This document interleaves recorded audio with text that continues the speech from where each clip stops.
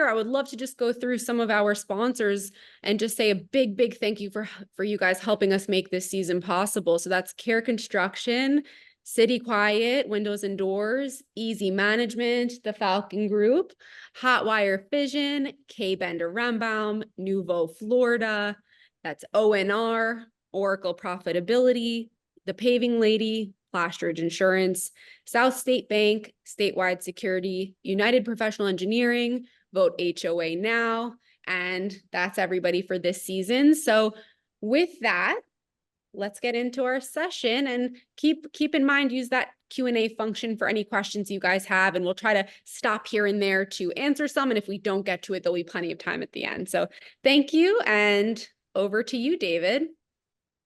All right, I don't know, Jeff, I think the last time we did this, I think I shared my screen. Go ahead and share your screen. Yeah, and if you have difficulties, I have it ready. We know technology is great when it works.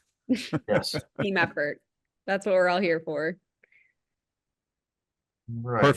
Perfect. Can you, Marielle, can you see that? Yes. All right, awesome. That's so perfect. We'll go ahead and get started. So I want to say welcome to everybody. I share Marielle's statements there. This is a great group. Really appreciate the opportunities to be in front of you. And today we're going to be talking about EV charging stations, titled for condominiums, but obviously it's kind of more of a broad brush, though we will be talking some specifics about condominium. So what we're talking about today, first we're going to talk about what is an EV charger versus an EV charging station, a couple of different things. What type of charging stations are out there available, then going into a little bit of the power requirements, which is really kind of more, again, the load studies and some of the work you have to do up front to be able to figure out exactly what can you install, how to install it, where, and so forth. I'm going to go over permitting, and that actually a little bit of a head start on that. It varies widely depending upon where you are, but we'll talk about that. Then finally, some incentives that are out there. There's everything from local incentives to federal incentives, even utility incentives and programs that are out there that we'll talk about. And then metering, the payment options, a lot of third-party providers out there that were more than willing to help you with this. And then finally, to wrap it up, some further considerations that the associations may want to make. So we talk about EV chargers and EV charging stations. So a little bit of on the technical side, the EV charger is actually on board the vehicle. It's the brains, if you will, in the vehicle that's monitoring the batteries and charging, and it's also what's converting that AC power into DC power to be able to charge the batteries. And so we talk about installing EV chargers, and what we're really talking about is installing EV charger stations. So the EV charger station is actually that physical piece of equipment that we see setting out in the parking lots, public areas. That's where we're transferring the AC power into the vehicle, into that charger to be able to charge up the battery. The other thing that we talk about the EV charging stations, again, it's not just the station itself, but it's all the stuff that goes with it, the charging cords, which unfortunately here recently have been, if you've been watching the news, there's been a lot of theft of those because of the copper in them, and all the connectors and everything that goes along with it. And so, again, the security of these is also another issue to take into account. So in general, there are three different types of charging stations that are out there. The level 1 charging station is basically the one that comes with the cars, at least the plug-in cars, where you're able to plug it in directly. This is, the slide likens it to golf cart type things. The level 1 charger, I think they say if you're going from a 0 to a full battery charge can take as much as 40 hours. Again, though, with the electric vehicles, we generally don't go from a 0 to 100%. We usually start about a 20 and go to 80 and consider. But even with that, this is going to be an overnight to even more type of a charger in order to be able to get the vehicle charged up. Typically, again, like a 20 amp, like a plug that's in your, it would even be in your garage or in your home type of a thing.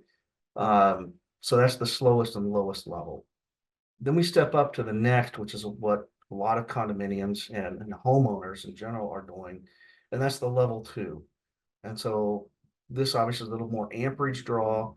We're looking at more along the lines of like what your stove would take or what an air conditioner would take. So 40 to 50 amp kind of a range.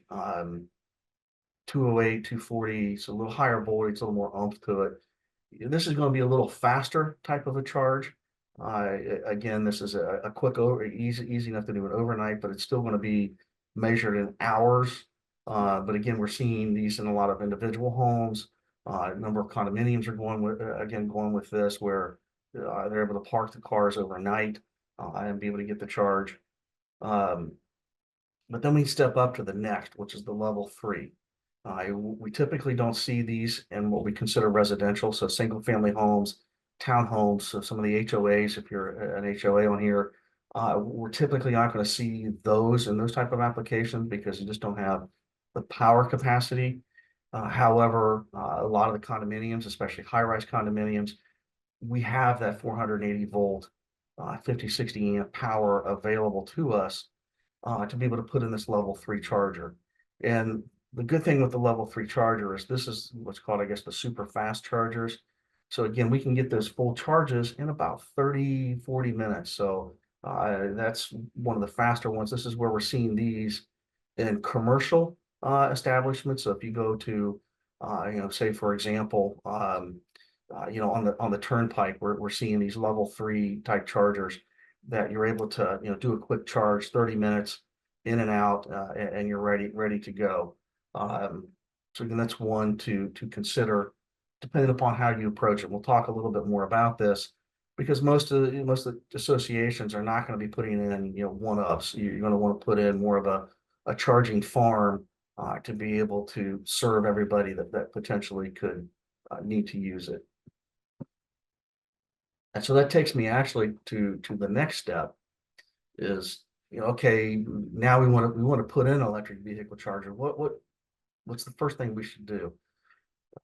The first thing is to really kind of do a study. You need to engage typically an electrical engineer, but there may be some contractors available to do this, but typically an electrical engineer will go out and we'll do an evaluation. It'll look at what power is available, look at existing drawings, look at what capacity your switchgear has. Sometimes I will be able to, or we require engaging a contractor to take some measurements for us so we know really exactly what loads are there. And then we'll take that information and we'll be able to figure out, how much, I don't say excess, but how much power do we have available? Because that's probably one of the biggest driving forces is how much electrical service do I have coming to my facility to be able to make this happen. As we talk about the benefits, how is this going to uh, help me along the way? So that the load study really needs to take into account, and we're going to talk a little bit more in the next slide about the process. But the load study takes into more than account than just the uh, electrical aspects of it. We need to really kind of look at, what's the infrastructure that's there, what's available as far as like areas parking, where is the electrical, it's a lot better to be closer to all of our electrical gear versus clear on the other side of the property for this type of stuff.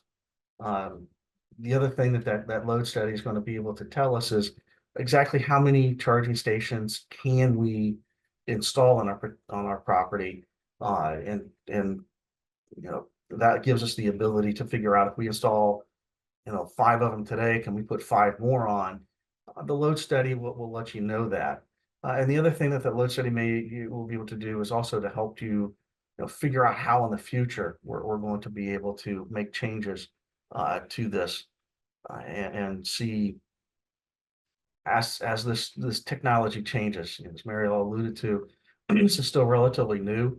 Over the last 2 years, especially if you're a high-rise condominium, some of the milestones and SIRS have been taking the attention. But I think as we start getting through that process, and we start looking more at some of the adoptions of these alternative fuel sources, this will definitely be something that is coming into play.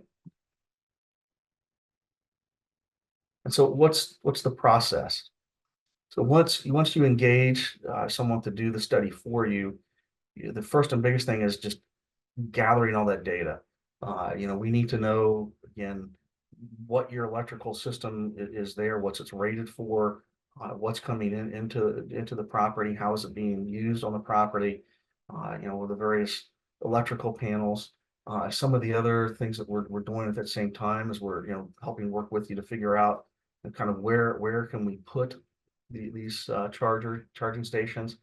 And I will apologize because a lot of times we do use the kind of charging stations and charging for short for charging stations when we really mean charging stations. So like I talked about earlier, for this, we're talking about that physical piece of equipment setting in the parking lot.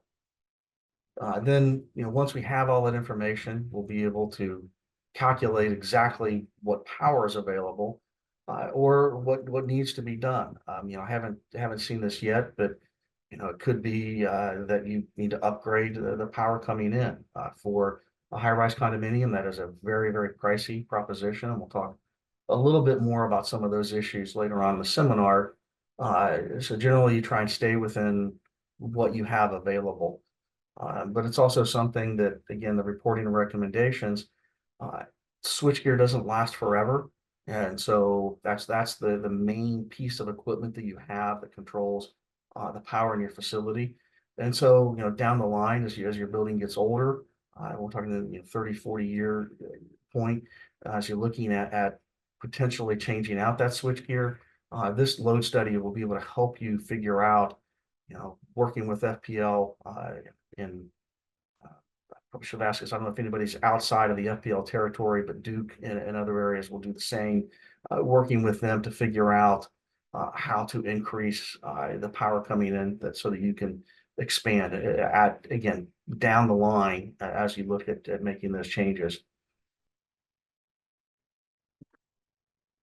So as I talked about, kind of going over another important thing is, where are we going to put them at?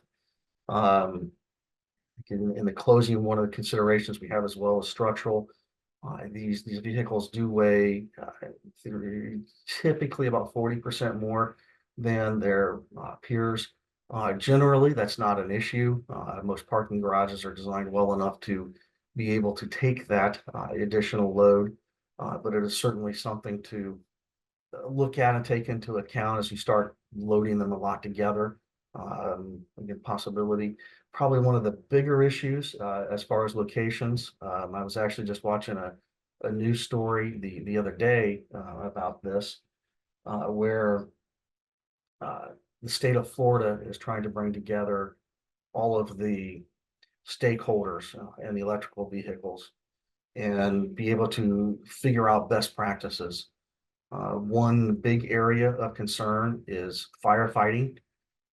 A typical ICE vehicle or internal combustion engine vehicle, if it catches on fire, a lot of times it can literally be put out with a fire extinguisher, and even those that are fully involved in flames that you occasionally see on the news, it's a 15-minute fire fighting opportunity for the fire department.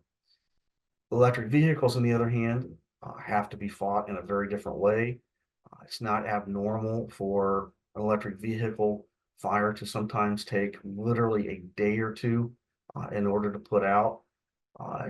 So that's again some of the issues that we need to look at and address as potential safety hazards and where to place these vehicles. And some of it again is just where space is, because again, sometimes yeah, ideally these would be outside on a parking lot, but sometimes we just don't have that space available, or sometimes it's not in an area where we can do that with. So we have to look at putting them into parking garages and so forth. So These are things that take into account to be able to spot locations. David, we have a question here. Does the load study typically include an infrastructure recommendation? The electrical load study typically doesn't, but we can. If it turns out to that we're looking at the garage as the only place to put it, that is certainly something I would look at with whoever you have to do the load study to make sure that they could evaluate that structural issues as well.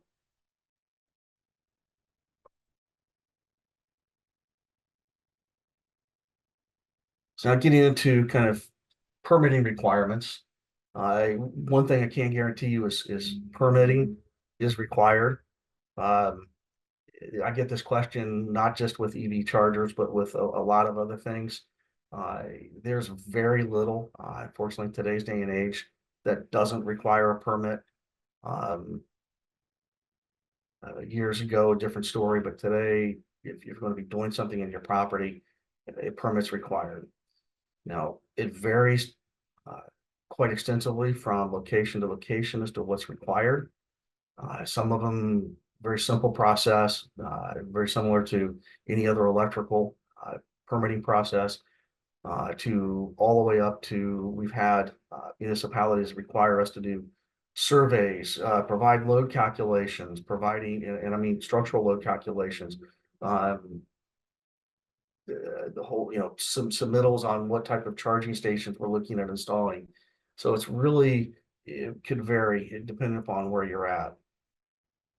And this would be another good point. The slide it doesn't really talk about this, but as far as requirements, and for better or worse in this industry, we frequently use the term condo and HOA almost interchangeably. But under Florida statutes, they're not. And again, this is not intended to give legal advice. I think I have to kind of throw that disclaimer out there. But I think that a basic technical knowledge of this is important so you can understand the requirements.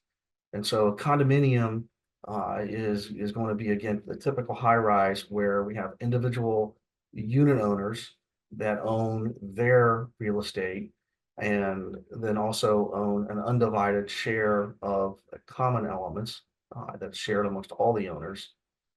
And then co-op is very similar to that, except individual owners, you have shareholders.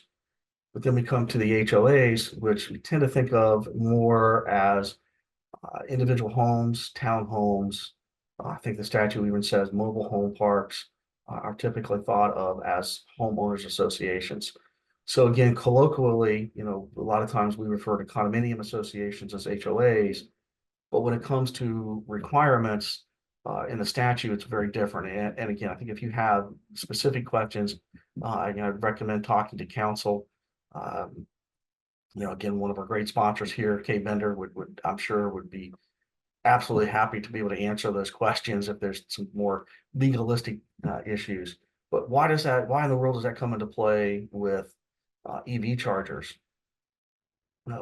As some of you who are on this, probably a number of you on this may know, a few years back, there was a change to Chapter 718, which is the condominium statute that basically said if an owner comes to you and says, hey, I want to install a charger, you can't say no. You can make them pay for it. You can make them have additional insurance. You can make them pay for the increase in your insurance due to having this charging station on your property, but you can't really say no. And again, from a legalistic standpoint, or recommend talking to counsel about that. But from a technical standpoint, where does that for me, where that comes into play is there's a huge difference from a infrastructure support. There is not a condominium out there that is going to be able to support, as we said today, or highly unlikely that we're going to be able to support a level 2 charger for every unit owner. And I know there are exceptions to that. I was dealing with a property yesterday that I literally had 5 units, brand new build, 2020. It was built with the intent that each would have at least a level 2 charger. Those, are going to happen. But the typical condominium market out there, every individual owner is not going to be able to, without significant upgrade of the infrastructure coming into the property, is going to be able to have an individual charger. So what can you do? Well, that's where again we go back to level 2 versus level 3, and putting in not just a charging station, but a charging station farm where we have multiple charging stations available. And so people can rotate in and out. And so again, those level 3 stations, maybe we can put in 6 level 3 chargers, and serve an 80 unit condominium. And again, a lot of that depends upon the number of vehicles that are going to be there. Again, but that's that looking down the line. So again, but that's in the statute. And again, one of those as well that's in the statute that changed, so that as far as an association adding an HOA, or I'm sorry, a condo adding a charging station or station farm, that is not considered a material change, and therefore doesn't need a vote by the association. But again, like I said, this is not intended to giving you legal advice, and I'd reach out to counsel to go over some of those. But that's and that's where again this kind of becomes more complex. It's not just dealing with the engineer or a contractor to be able to bed this down. So there's a lot of complexities that come involved. Now, on the other hand, again, we have specific statutes for HOAs and co-ops, and that similar language. A lot of times our co-op and our condos, the language is almost mirrored in each of the individual sections. That particular provision for the EV chargers is not there. And to throw even a little bit more of a wrinkle into it, we haven't really seen this down here as well yet, and I'm not sure that I've seen it. I've seen it up north a little bit in the Midwest, but they also not only call out electric vehicle chargers, but they also call out natural gas stations for I'm assuming CNG type vehicles, which again, we're not really seeing those much here in the South Florida marketplace, and actually, quite frankly, seeing less and less of them up north. And really, as far as alternative fuels, we're seeing the EV chargers that are EV vehicles that are coming out.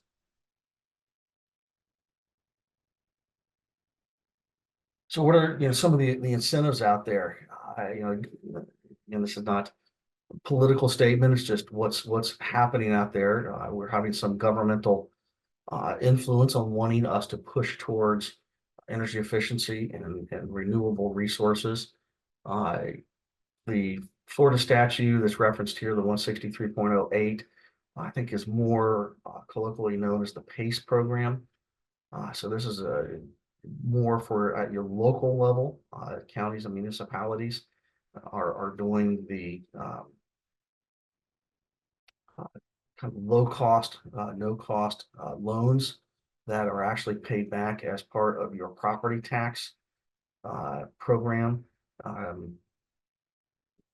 We see it a lot on solar energies, but the EV charging stations could be something that potentially would be available. But again, that would be something that's very site specific with what municipality or entity that you're in. You mentioned the federal government. There are some tax incentives on that. The IRS form 8911 is actually a tax credit for installing energy efficiency equipment. Again, it's one that's potential to look at as being benefits, but we advise you to talk to your tax advisor on that one, not your engineer. And then also the local utility companies, FPL and Duke are the big ones that we have down here. Both of them definitely have programs. Again, mostly just check with your local municipality to kind of see what is out there. You'd be surprised at what they may have. As always, this is again a very new technology. It's changing all the time. Incentives as well will come and go. So, as you look forward, that's something to really kind of dig into as well. And so this is, I think actually a Duke, but FPL has some very similar programs. For those in HOAs that are listening, FPL actually has, I think it's their EV Evolution program, which I think on the business side, it's called the same thing. I was looking at it this morning. If you want just equipment installed, again, this is for individual homeowners. I'm not sure if individual homeowners and I think it said it had to be single family homes. So again, if you're in an HOA with single family homes, FPL has a program out there where they will install the equipment only. I think that was like $31 a month. But then they have another program where they'll actually come out and help run the circuit that's needed for it. They'll put in a level 2 charging station, and it's all set up to be timed so that it will have unlimited nights and weekends charging. And I think the current rate for that is like $38 a month, but there is a contract you have to sign. There's an early termination provision for that, for them to come out and take the equipment back out if you no longer need it. But FPL also has something on the commercial side, which I think is more along the lines for condominiums. This is typically if you're in a high traffic area or a rural area that doesn't have service, which I think is their program. It's probably absolutely no one on this call. They will actually work with you to install charging station. I think you get a cut of the fee that they take in. So there's a separate meter with that. I would presume that, you know, if you are a 200 or 300 unit condominium, they probably would be interested in it. Unfortunately, I would suggest if it's, you know, if you're a 12, 24 unit type condominium, they may not be as interested, but my son has always told me many times in life growing up, if you don't ask the question, the answer is no. So those reach directly out to the particular utility companies to see if it fits in your application.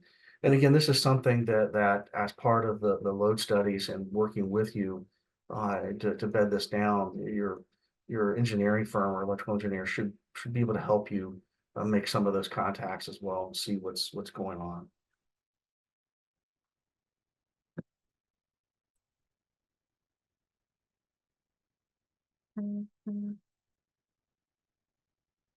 So looking at again, metering and payment options. So these are actually really two different topics on one slide.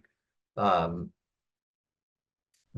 during the feasibility study, we'll figure out what metering needs to be done because obviously you want to have separate metering for your charging station, whether that's individual homeowners that are doing it or a charging station farm.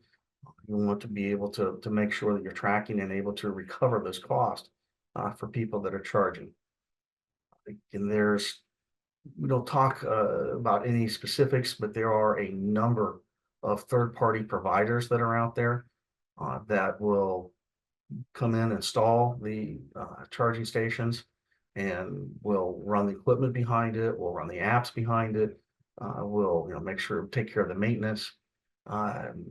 They have proprietary systems, that help them do load management. So again, if you have 6 chargers, but you only have capacity to run 3 of them at any given time, a lot of these third-party systems will kind of meter that and do the load shedding for you so that they typically what'll happen is they'll run this charger for a while, this charging station for a while, and then just kind of rotate through. But there are some other priority systems out there, and again, these third parties will handle that for you. If you're doing it yourself, then that's something that also has to be taken into account during the design process to figure out if you have to do a load management, and of course the separate metering would be taken care of as well with that design process. Again, like I said, there's a number of third-party options out there. And I pause a little bit trying to say, so a lot of times the way we see these programs happen the association is responsible for the infrastructure. So the association has to make sure that we have circuits available for the charging stations. And so a lot of times, the association will be responsible for installing a new electric vehicle charging station panel. And then out of that panel, each charging station will have its own individual breaker. And then this third party will come in, and again, depending upon the third party, they'll either go back to that breaker box and run it out, or sometimes some of the third parties, again, depends upon which third party you're working with, that third party will want a connection point out where the charging station itself is going to, and then they'll pick up the connection from that point forward. So again, really depends upon the third party you're working with.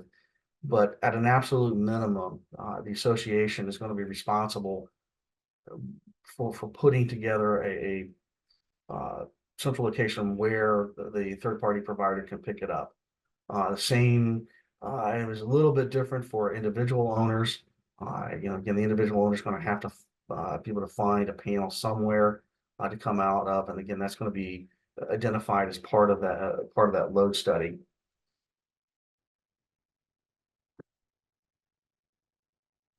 So we talked a little bit again about this. You can have that smart charge metering. I think there's again a lot of different providers out there that are willing to do this. Everything. I think the next slide we'll talk a little bit about this. They have apps. They have touchless payment. They have even just subscription plans that can be set up to come in and charge. And so that's again the third party providers. For associations that are kind of either not big enough or they want to go it alone for whatever reason, again, there are providers out there that can help you with the billing and that kind of stuff. But we need to install sub meters to be able to figure out and track and be able to pay for how much the electric is being used. And again, there are potentially vendors out there that can do kind of that small part of it as well, where the association is still responsible for the charging station, the maintenance, the things that goes on with it, but you have a third party provider that helps you with billing and payment collections behind the scenes. And I think that's what this next slide really kind of talks about. The mobile apps and subscription plans are probably the biggest one I've seen, but the contactless payments, especially in some of the public areas where you can go up and just tap your credit card and get that quick charge that's going on.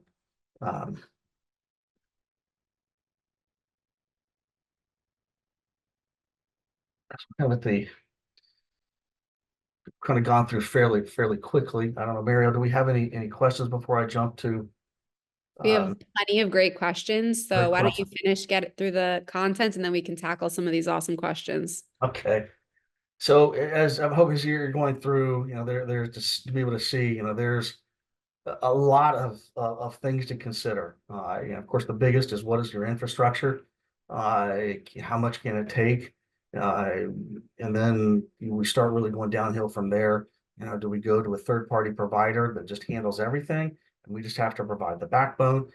Do we provide the backbone and we go out and get the chargers as well and use a third party provider to overlay, or do we do everything ourselves?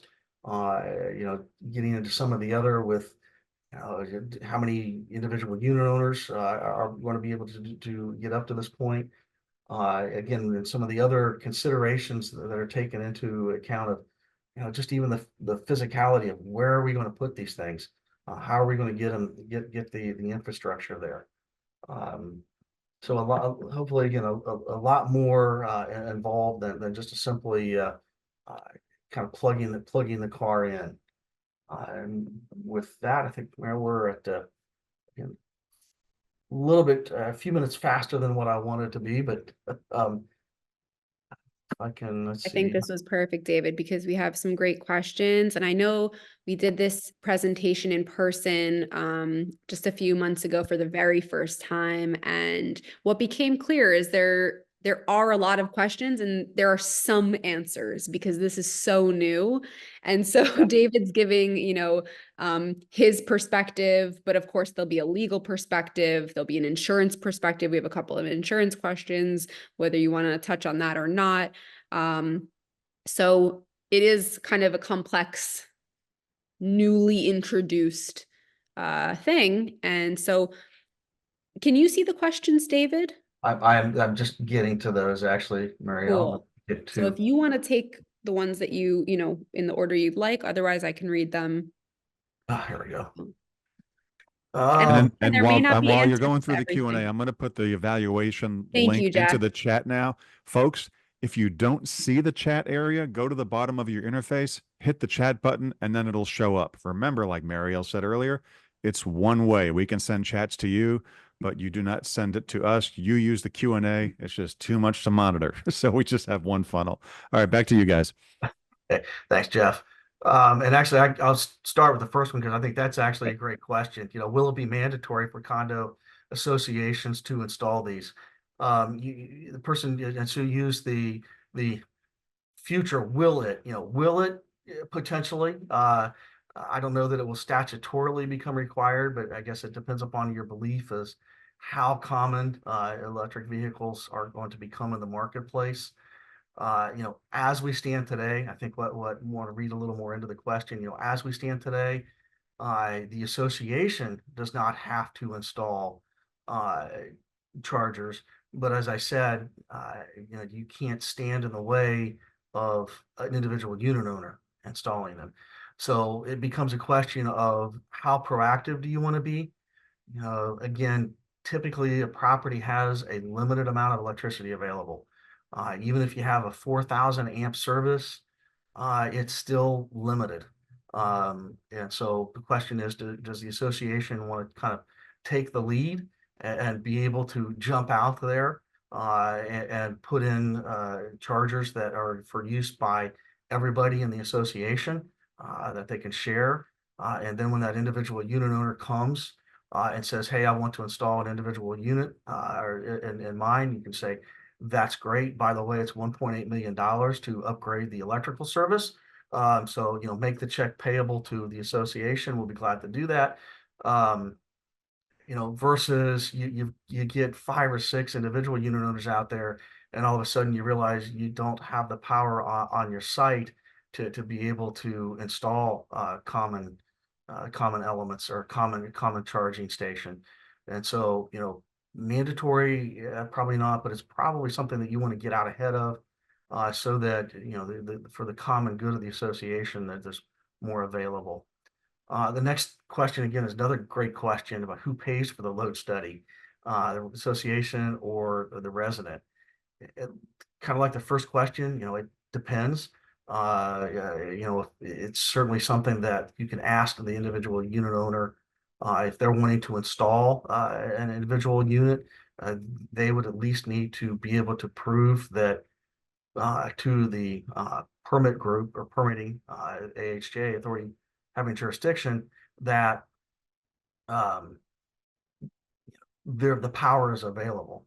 My recommendation again is really to kind of get out ahead of this as an association and be able to prepare a study that then you'll know exactly what you can do, how many charges you can put on, how many, if the individual unit owners want to put, we can kind of figure out there that we're going to be able to take up to this many before we're out of space. Or, hey, this is something we want to get out ahead of so we can get that farm out there to be able to have everybody use it. So it really is kind of like I said, it depends upon who's the one that's wanting to install it.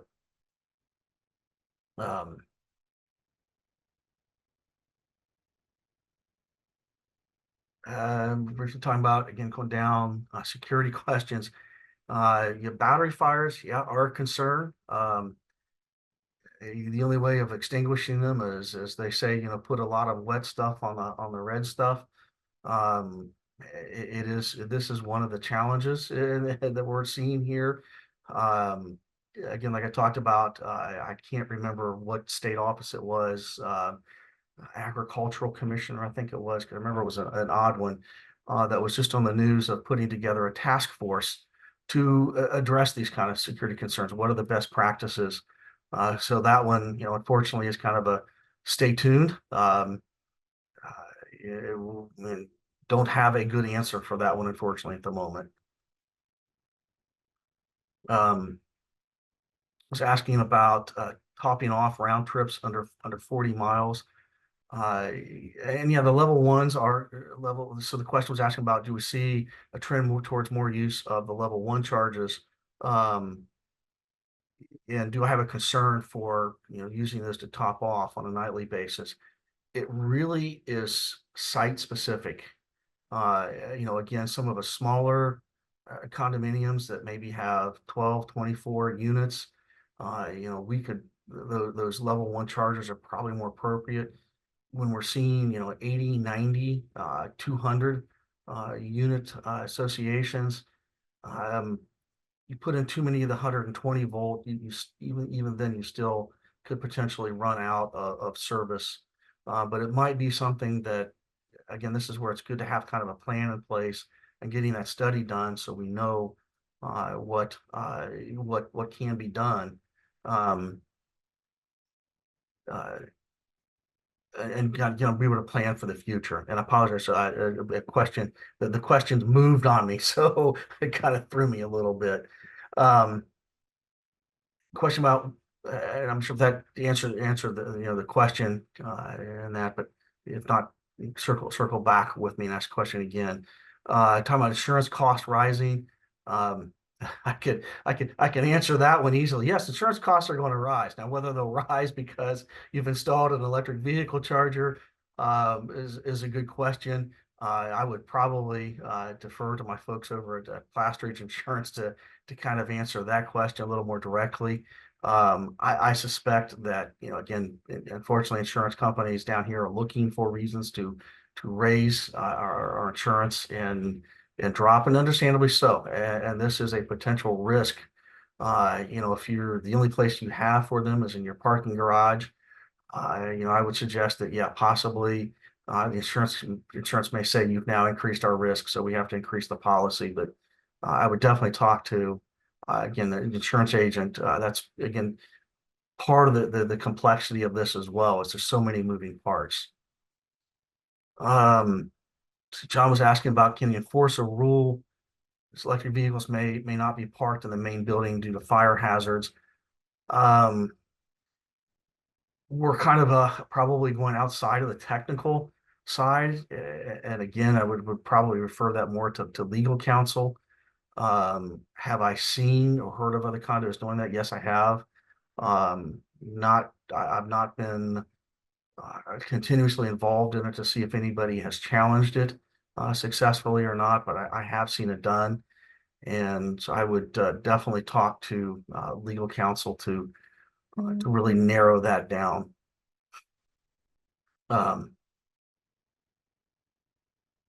Asking about HOAs, HOAs would be needed as far as approval.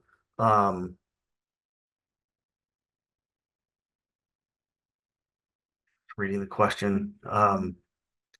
Again, yeah, this is, where maybe HOAs would have, like at the clubhouse would have a common farm.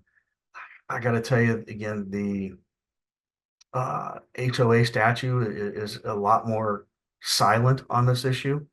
It would definitely be something I would probably ask counsel again as to what's needed. I imagine it would be treated very similar to any other improvement that you would want to make to the clubhouse and those common areas as far as approval levels and requirements for approval. So again, with condominium, they went in and said in the statute there, boom, association, you can do this this is not a material change. But unfortunately, in the HOA statute, that provision is not in there.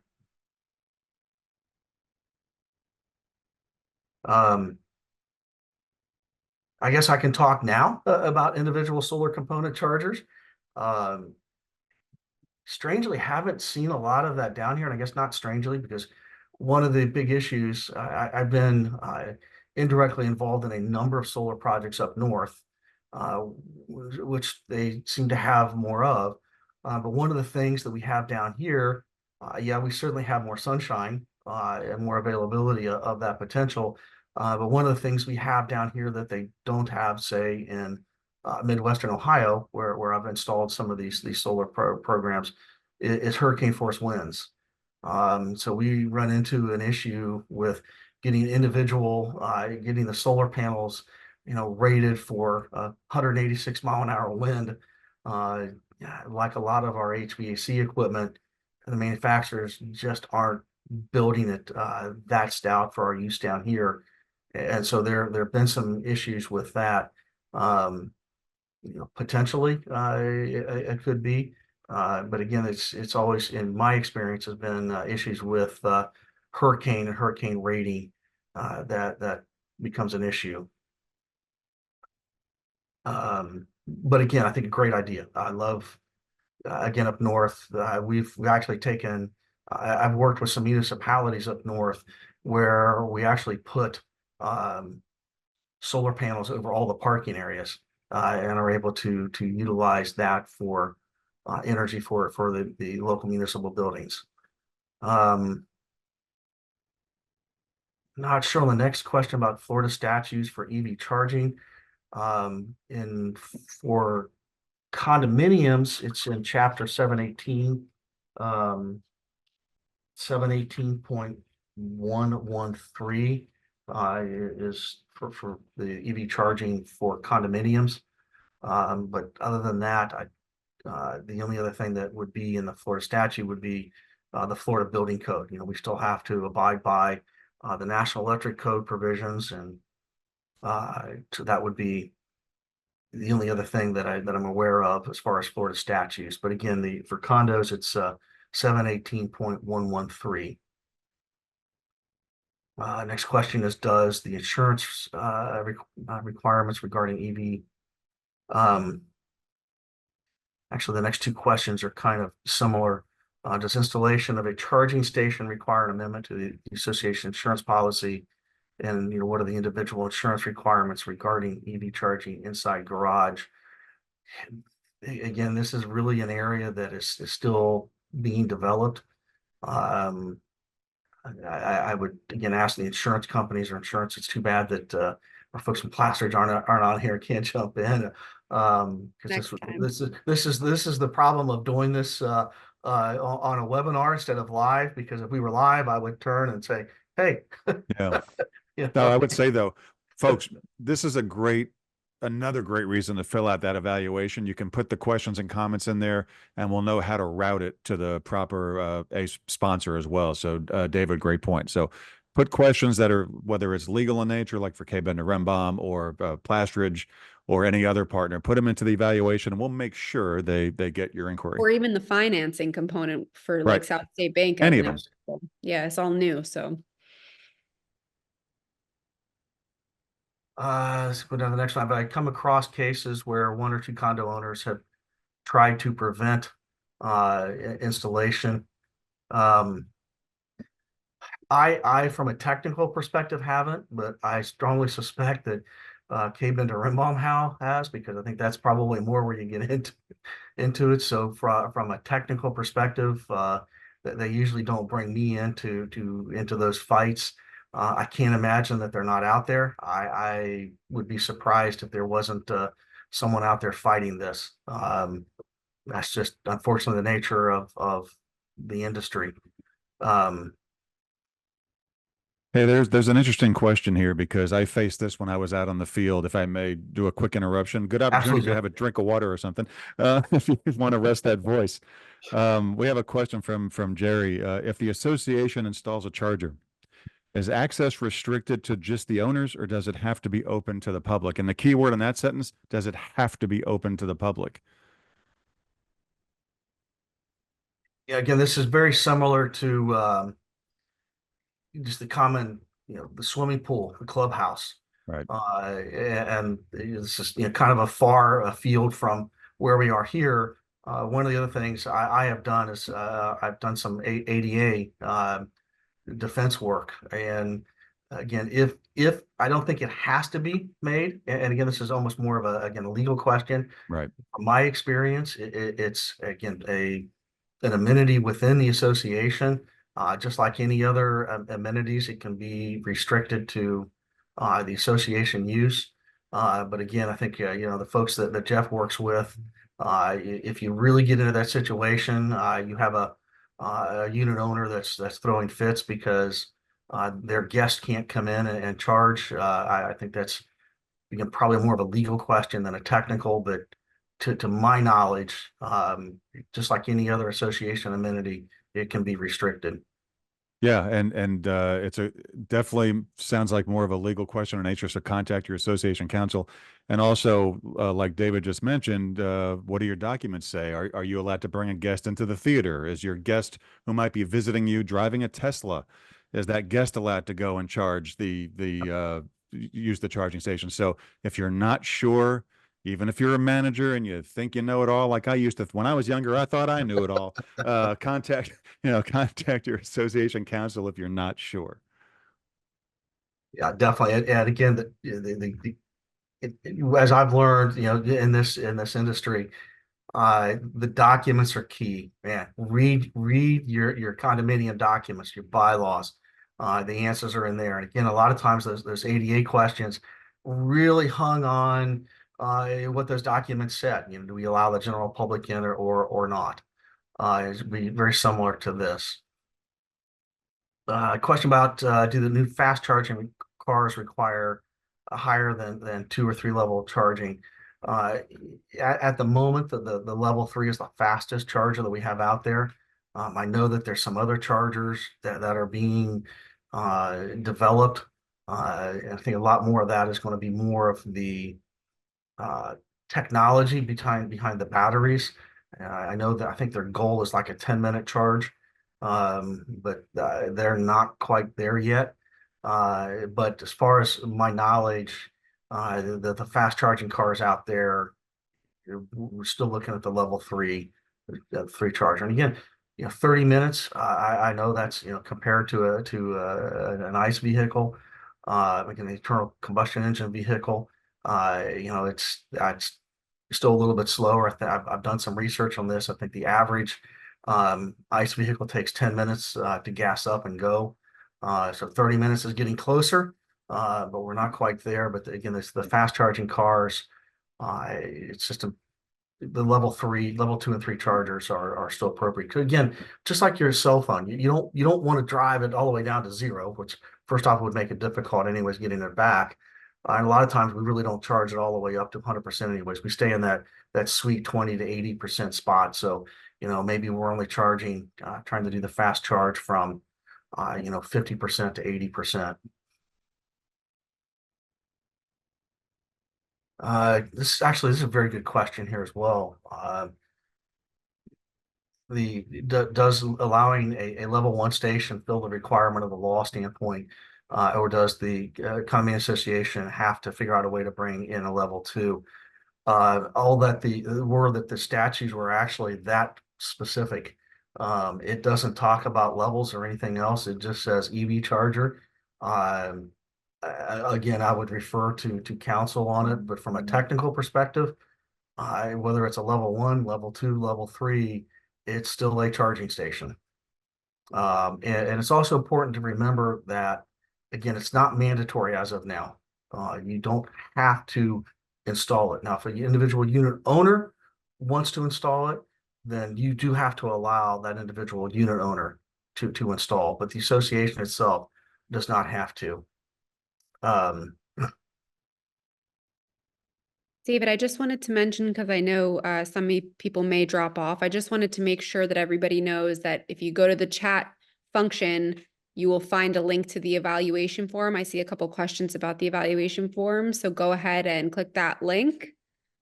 Sometimes if too many people are trying it once, it may give you a hard time. If it gives you a hard time to submit, just try again in a couple minutes. If you want the slides, you're going to have to contact David directly, which his contact information will be on the submission form of that evaluation. And similarly, we will post a recording of this session on acebytsk.com in the next couple of days. So you will have an opportunity to review the presentation. So I just wanted to make sure you guys all know that before some of you head out. So thank you, David. Keep Okay, I going. know I've got 3 minutes, and Until thank you. Actually, that gave me a little bit of time, Ariel, to scroll down through the Great. questions, and I know I'm not going to be able to get to all of these questions, but I see some commonalities among them, and so I see three that I'd really like to jump to. One was asking, and there's actually several asking about, how do you make sure that these charging stations are just used for charging stations? There's actually a kind of a protest out there called icing, where people will park their internal combustion engines in these parking spaces to prevent people from using them. I wish I was making this stuff up. Unfortunately, yes, as we well know, folks sometimes can be that petty. It is a challenge. I know that for some of the public ones, literally the police are involved in towing. And so again, just like any other enforcement and the rules, you just would have to have the rule that says you can only have the car there while it's charging. There was a lot of questions about cost, who has to pay for this, who has to pay for that.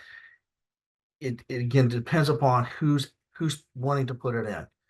So if it's the association that's looking for it, then the association will be paying for it. But the statute is clear, and again, if you run into issues with this, we'll definitely seek legal counsel. But to me, the statute, as a lay person looking at it, or technical person looking at it, the statute is very clear that the individual unit owner, if the individual unit owner wants to install it, the individual unit owner is responsible for all the cost, period. One of the others questions that came out, which I think was a great question, that we do bump into this every once in a while. When these condominiums are built, they go through zoning, they go through a process. You generally have to have a certain number of parking spaces based on the number of units. And yes, that does occasionally provide a challenge.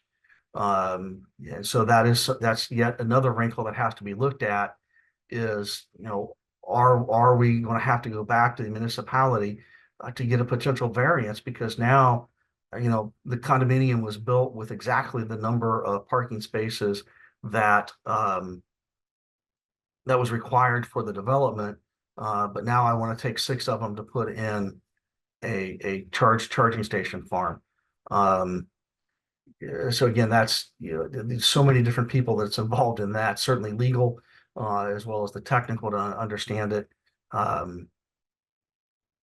So that is again another issue that does come up, and unfortunately, again, don't have a great answer for it, other than it's very site specific and very specific to the location where you're at, and how well your local municipality is willing to work with you, or not, as the case may be. And I know we're just now hit at noon.